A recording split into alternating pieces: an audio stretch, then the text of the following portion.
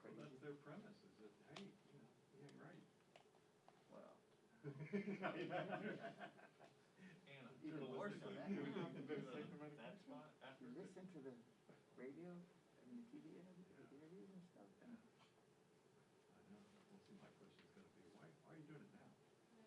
why not? If the Why not Democrats be are so thinking about confident in taking the White House, it's gonna be a month. Yeah. Well,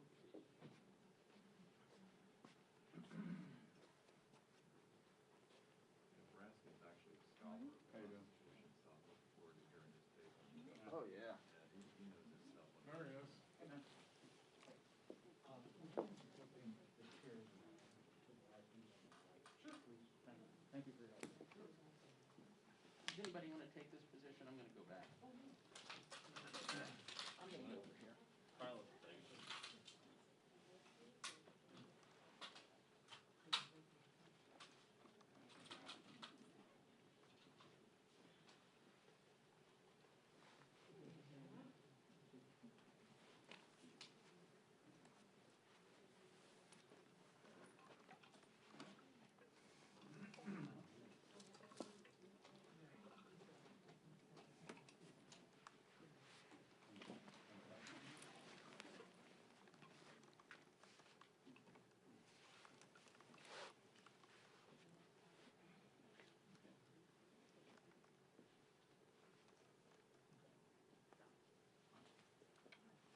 Hey, Joe.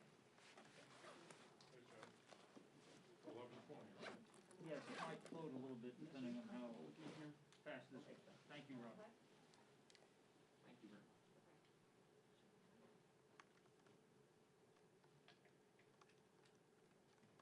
Thank you, Tricia. We'll talk about that other thing.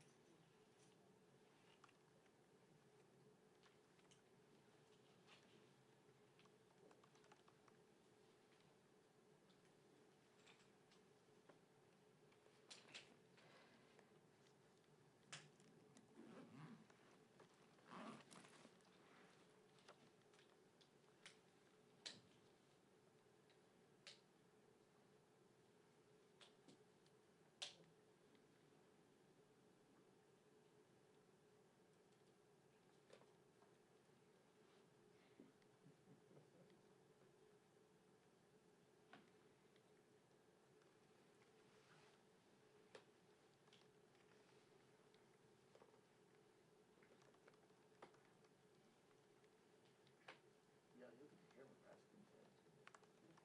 Big name. Yeah, that's it. They actually, you gotta get kind of deep. Wow. Cause then new crew comes in. That's like filling up the well at a hearing then, where they're, Yeah, well, in the Senate, we don't have been rotating, so it's the same people in it, though. And it gets pulled out. there's a hearing rooms tend to be bigger anyway, though, so some of the House hearings go like this, on the witness table. Then, in the Senate, and then too, we'll see for Monday what it is, because that's gonna be pretty rough, so. We don't know how many positions there'll be, 216. Yeah. They still reluctant to do blue still? Oh, yeah. Yeah. I mean, that's kind of what we're joking about here, is that we only got one, and, You guys should have a cut, for well, sure. at least, I know, I think the original discussion was that it shuts out a place where you guys could have been, which you're not gonna That lose. hasn't really, But, there's plenty of room over there. I know, they could come back again, You guys usually win those arguments. I don't know why we didn't press it, hey, man. There was some talk of using the hanging cameras too. Yeah. Putting one on a frame over there and using it. The whole idea is people, people wanna work, Yeah. right? Yeah, sure. But for production, you need that side shot sometimes to get to the fight. That's why we need it. Yeah. But besides the reporter questions, Yeah, you can't just have the same thing the whole time. We'd have to hang like a RoboCam over there, huh? Yeah. Which is not a big deal. I mean, there's one there already. Yeah. TV. It's the wrong side. Yeah.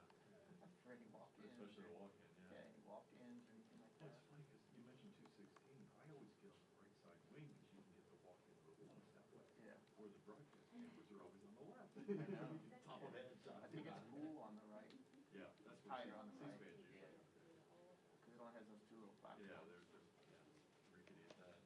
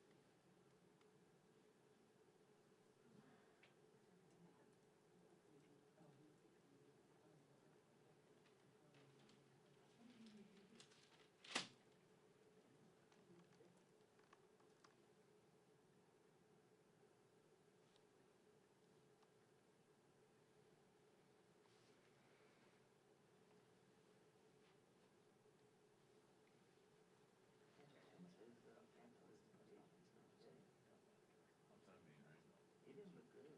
His eyes were like super clear. Yeah, you get past the fly, the guy was weird too. Well, the second he walked on, because I was right on I the didn't floor. know pink eye was a symptom of corona. No, but maybe it's not pink eye, maybe it's just Mucus. the exhaustion and just generally being sick. His voice was strong, though, his voice was. Yeah, yeah. So there wasn't any respiratory that you could hear. Yeah, as he droned on and on Yeah. and on Oh, my God. over the moderator. Thank you. He was trying to. Yeah, she was pretty weak at curbing him. I think Harris did a better job of shutting him up. Thank you, I'm speaking. Yeah, she backed off that after the beginning though.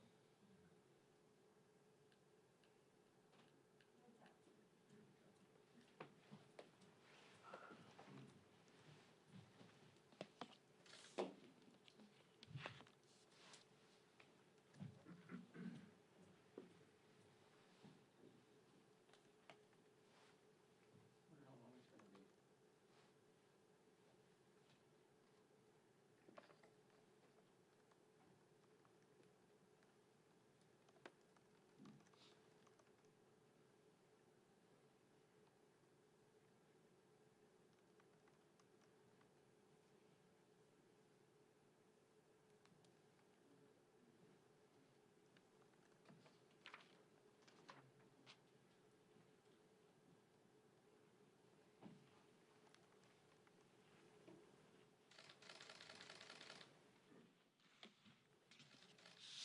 Good morning, everyone. Thank you for being here. We are really very honored to have Congressman Raskin to lead us through his legislation, which is so very important. So I hope you will prepare yourselves for a civics lesson or a presentation on the Constitution of the United States. The 25th Amendment to the Constitution was ratified in 1967 after the assassination of President Kennedy, with strong bipartisan support. Members of Congress have a duty to take all necessary action to preserve continuity of government and protect the stability and integrity of our democracy for the future. That is why today, again, it is my honor to welcome Congressman Jamie Raskin of Maryland, a constitutional scholar, as he introduces legislation to establish a commission on presidential capacity to discharge the duties and the powers and duties of the office. This is not about President Trump. He will face the judgment of the voters, but he shows the need for us to create a process for future presidents. Throughout America's history, our leaders have created and strengthened guardrails in the Constitution to ensure stability and continuity of government in times of crisis. The 25th Amendment creates a path preserving stability if a president suffers a crippling physical or mental problem and is, quote, in the amendment, unable to discharge the powers and duties of his office and transfers his powers. Specifically, Section 4 of the amendment empowers Congress to set up an independent body to confront such a crisis. Congress has a constitutional duty to lay out the process by which a president's incapacity and the president of any party is determined. This bill honors the duty by creating a standing commission of top former executive officials and medical experts selected in a bipartisan, bicameral way. A president's fitness for office must be determined by science and facts. This legislation applies to future presidents, but we are reminded of the necessity of action by the health of the current president. With this bill, the Congress honors our oath to support and defend the Constitution and protect the American people, and we uphold our responsibility to preserve our republic for generations to come. Now it is my honor to yield to the distinguished gentleman from Maryland, a constitutional authority by teaching it, honoring it, and again, legislating to honor our Constitution. Congressman Raskin, thank you for your leadership. Madam Speaker, thank you very much. I'm honored by your words, and thank you for inviting me to present to the press this legislation. In times of chaos, we must hold fast to our Constitution. The 25th Amendment is all about the stability of the presidency and the continuity of the office. It's a tool that was adopted by overwhelming bipartisan majorities in the House and in the Senate in 1965, and overwhelming bipartisan majorities of state legislatures, 3/4 of whom passed it in 1967.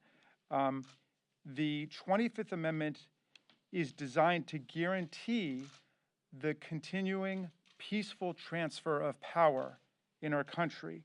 The principal authors of the amendment, like Senators Birch Bayh and Robert F. Kennedy and Congressman Emanuel Seller from New York, wanted to resolve basic questions about stability, continuity, and succession in the office of the presidency. So Section 1 established that if the presidency is vacant, the vice president becomes the president. And believe it or not, that was ambiguous at the time. Section 2 establishes that if the vice presidency is vacant, the president nominates a vice president, and by concurrent majority vote of the House and Senate, that nominee becomes the vice president.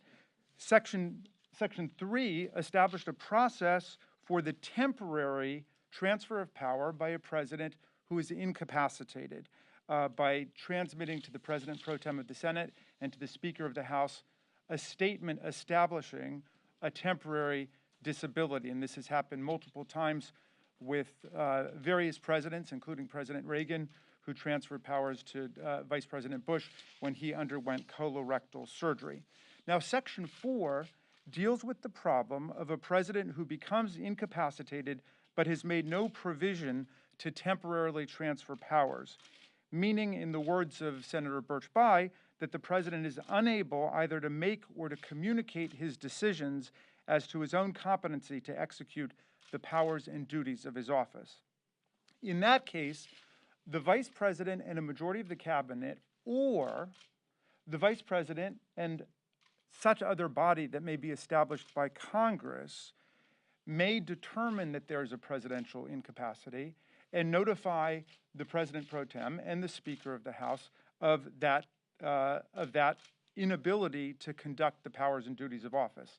In that case, the powers would be transferred to the vice president. Now, if you read Section 4, you will see that the president has the opportunity to object, that he actually can conduct the powers despite what the vice president and these bodies are saying. And ultimately, there would be a vote of the House and the Senate, and it requires 2/3 to side with the vice president. So it's made procedurally difficult to make sure that this is really only for the most extreme situations where you have a president who cannot fulfill the functions of the office. Now, it's never been necessary, but the authors of the 25th Amendment thought it essential in the nuclear age to have a safety valve option. And as they often said, we have 535 members of Congress, but we only have one president. In the age of COVID-19, which has killed more than 210,000 Americans and now ravaged the White House staff, the wisdom of the 25th Amendment is clear. What happens if a president, any president, ends up in a coma or on a ventilator and has made no provisions for the temporary transfer of power under Section 3? Who has the powers of the presidency at that point? Is it the chief of staff?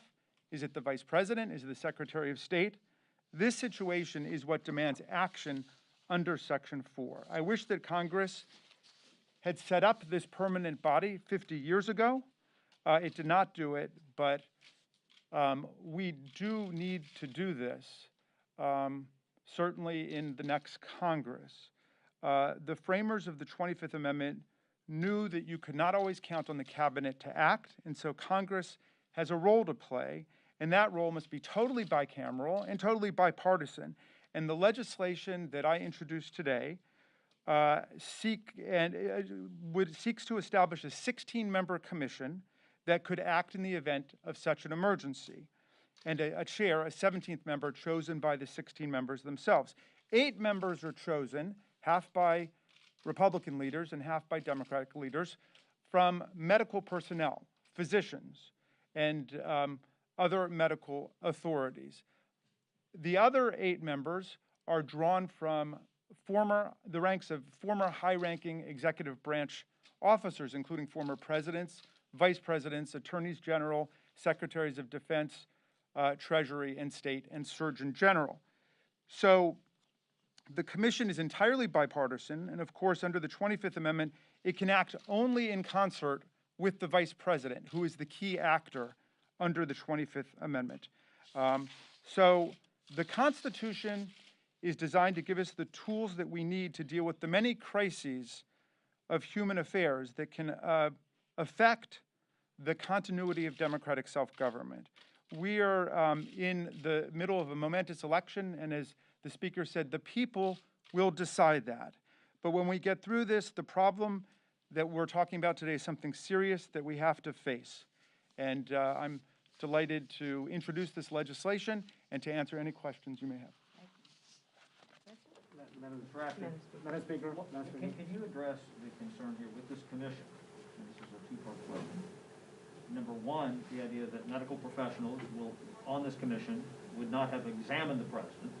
There are ethical issues as to whether or not that's appropriate for them to rule or make a judgment on a president's health if they have not done that. And number two, you say this is something in the future Congress that should be addressed. And Speaker, you said this is not about this president. How can we read that at this point in time when you talk about COVID-19, this not being about this president? So I'll answer the first question. I'll let the Speaker take the second. The legislation sets up a process by which Congress, through concurrent votes in the House and the Senate, could direct the commission to conduct a medical exam of the president. And that would include whatever the members of the commission think is necessary to determine whether or not there's an incapacity. If the president refuses, and the president would have a right to refuse, that could be taken into account by the commission, which would have to rule based on all of the other evidence that it has. Again, this isn't about any judgment anybody has about somebody's behavior. This is about a diagnosis, a professional medical diagnosis. Let me just back up for a second just to put personal here. When this happened, it was after the assassination of President Kennedy. And you may not know this, you weren't born yet, but there was and Lyndon Johnson became president, there was no vice president. And if anything had happened to President Johnson, and his health was not the greatest, the Speaker of the House would have become the President of the United States. So this sets up how you would elect a vice president, how a vice president would be chosen by the president, but voted upon by the House and Senate. And of course, that's what happened with Gerald Ford. He was, after Spiro Agnew, all that, he was appointed the vice president and very popular in the Congress on both sides of the aisle, both sides of the Capitol.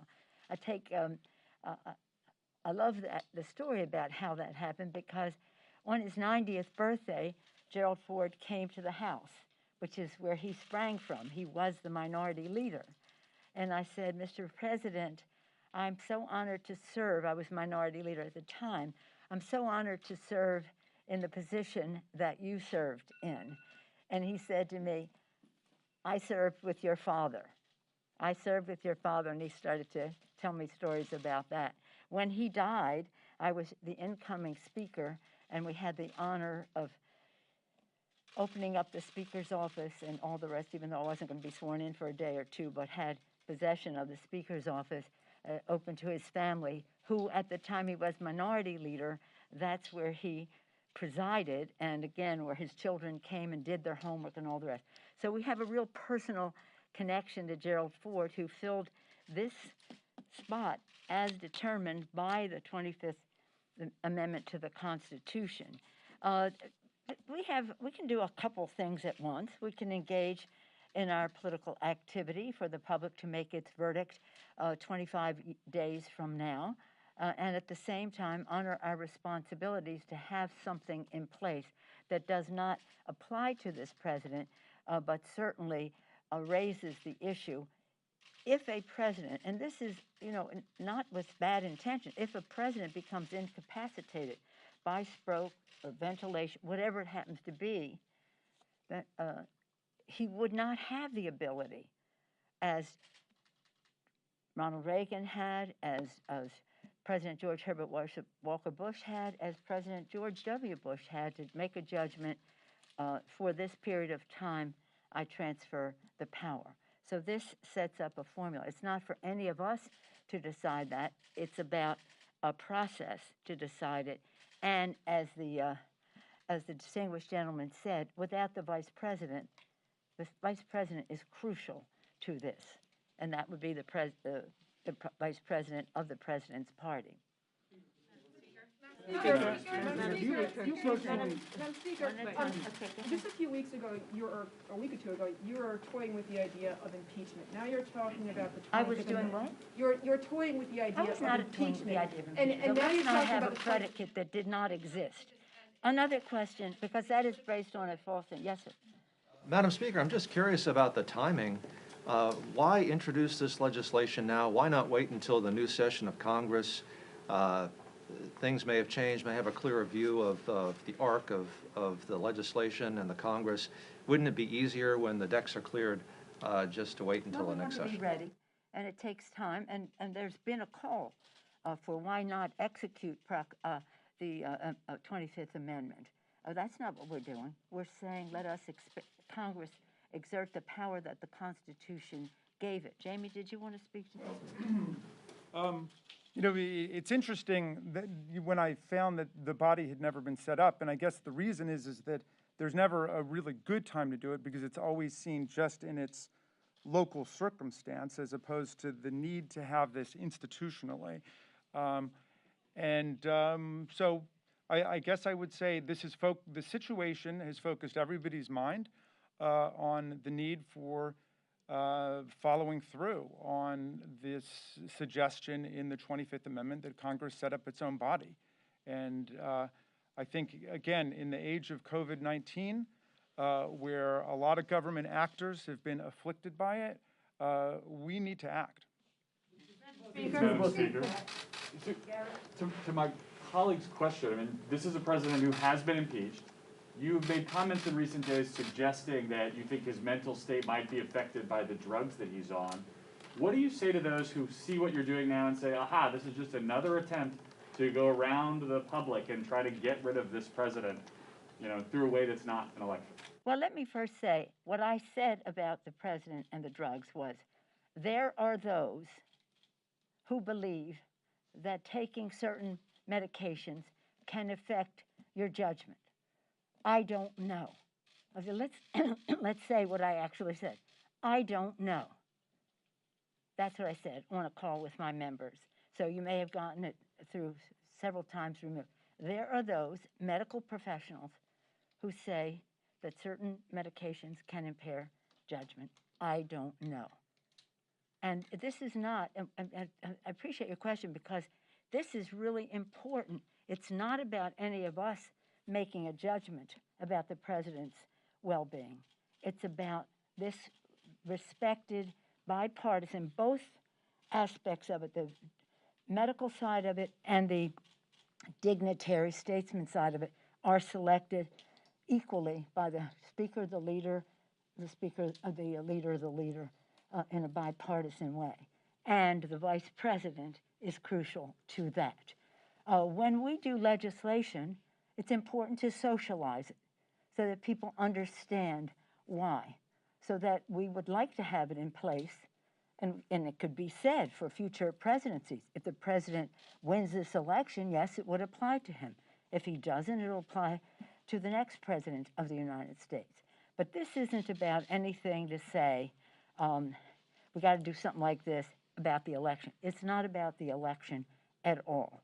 And I thank the distinguished gentleman from Maryland for this. This has been, we could have done this a while back. But the timing is for now because people want to know. We have to give some comfort to people that there is a way to do this. Very respectful of not making a judgment on the basis of a comment or behavior that we don't like, but based on a medical decision, again, with the full involvement of the Vice President of the United States. He or she may be at the time. Would you concede then that the president has not met the threshold for invoking the 25th Amendment?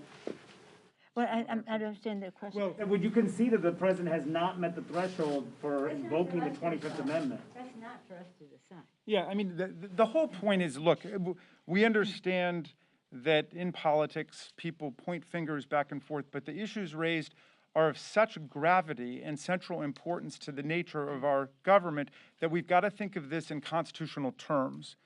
And this is why we need to set up an institution composed on a bipartisan fashion, in bicameral fashion, that will be able to make judgments, whether it is 5 months from now, 5 years from now, 50 years from now, whatever it might be.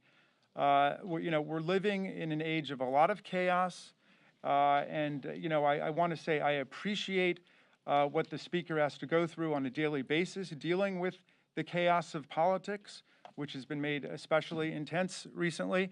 And I appreciate her seeing that we need to create some constitutional and institutional foundations for dealing with the chaos. And our forebears who wrote the 25th Amendment gave us the tools that we need to deal with these kinds of crises. Our common ground with the American people is the Constitution of the United States. It has always been gratifying for me, edifying, to go around the country, and no matter Democrats or Republicans, right or left or whatever, that the Constitution, the rules, are what really do unify us. And this is a comfort to people, that it's not about who's in power saying, I don't like the way he or she is acting. It's about a process that is bipartisan, based in the Constitution, giving Congress the power to do this, which Congress hasn't done, and again, at a time when people understand that it has there's a necessity for it. But again, to your question, it isn't about any of us making a decision as to whether the 25th Amendment should be invoked. That's totally not the point. That's not up to us. That's not up to us. But I do go back to Mr. Raskin's point. Just put yourself in a situation and your responsibilities to your family. Should any of you suffer a stroke or COVID and go to ventilation and all the rest of it, and are not capable of making decisions for your family, and just because it's unforeseen, accidental, whatever happens, wouldn't you have in advance like to have had a plan for your family? Even if it's temporary, God willing, even if it's temporary, that would be in place. So that's what this is. Madam Speaker, on a related note, do you think? You've suggested that, This will take one more because thanks, Madam I Speaker. have a You've day suggest- job. You've suggested that President Trump has an altered state of mind. What are the indications of that? And if I may, recently you commented on UK Brexit policy. Do you think Prime Minister Boris Johnson is an example of somebody whose capacity to govern is reduced by coronavirus? I have no idea, nor do I have of President Trump. I just said he is under medication. Any of us who is under medication of that seriousness is in an altered state. He has bragged about the medication that he has taken. And again, there are articles by medical professionals saying this could, as I said earlier, could have an impact on judgment. I don't have the faintest idea about Boris Johnson, but I'm glad you brought up the subject because I think we have to be very careful about what happens in the UK. We have very stringent rules in terms of the Food and Drug Administration here about the number of clinical trials, the timing, the number of people, and all the rest, so that when a drug is approved by the FDA and the Scientific Advisory Committee, that it is safe and efficacious, then it will have the trust of the American people to take it. So vaccines are about trust. We want people to take it. So we pray that it is soon. The sooner the better. Not one day sooner than it is safe and efficacious, but not one day later either. And my concern is that the UK's system for that kind of judgment is not on a par with ours in the United States. So if Boris Johnson decides he's going to approve a drug and this president embraces that, that's the concern that I have about any similarity between the two. Thank you all very much. Speaker, on a related note, do you think it's safe for the president to go out campaigning tomorrow?